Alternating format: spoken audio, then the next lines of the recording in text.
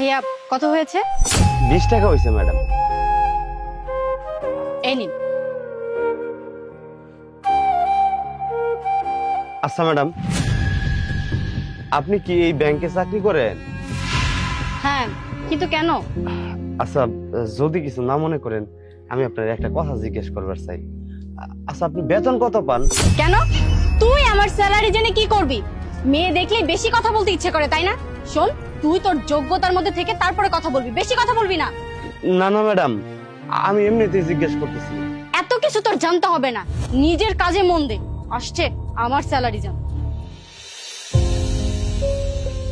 কেমন মানুষ রে বাবা, মানুষের সাথে কেমনে কথা কইতে হয় সেটাও জানে না। নাকি আমি গরিব মানুষ দেখে কোনো মানুষই না।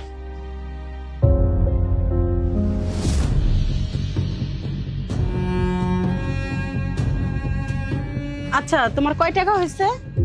20 টাকা হয়েছে ম্যাডাম। 20 টাকা? আমার কাছে তো 20 টাকা বাকি না, 100 টাকা আছে। না ম্যাডাম, আমার কাছে খুচরা নাই।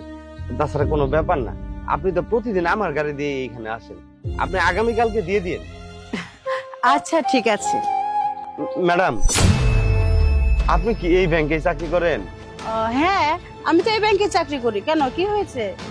ম্যাডাম, আমি আপনার একটা কথা জিজ্ঞেস করি। আচ্ছা, আপনি বেতন কত পান? হট! আরে, আমার স্যালারির কথা জেনে তোর দরকার কি? 20 টাকা দেই নাই, তারপর মাথায় উড়ে বসে পড়েছে ছোট্ট করে।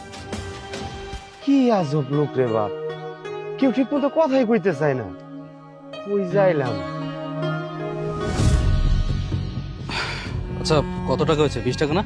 জি স্যার, 20 টাকা। নাও। আচ্ছা স্যার, আপনি এই ব্যাংকে চাকরি করেন না? হ্যাঁ, কিন্তু কেন? না মানে, আমি আসলে আপনার বেতনটা জানতে চাইতেছিলাম। আপনি বেতন কত পান? এই, আমি তোর প্যাসেঞ্জার, তোর বন্ধু না যে তুই আমাকে বলবি আমার স্যালারির কথা, আর আমি তোকে সরাসরি বলে দিব, তাই না?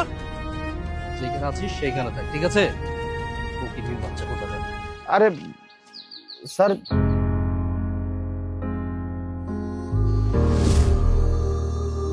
ম্যাডাম, কালকের 20 টাকাও দিয়ে দিয়ে।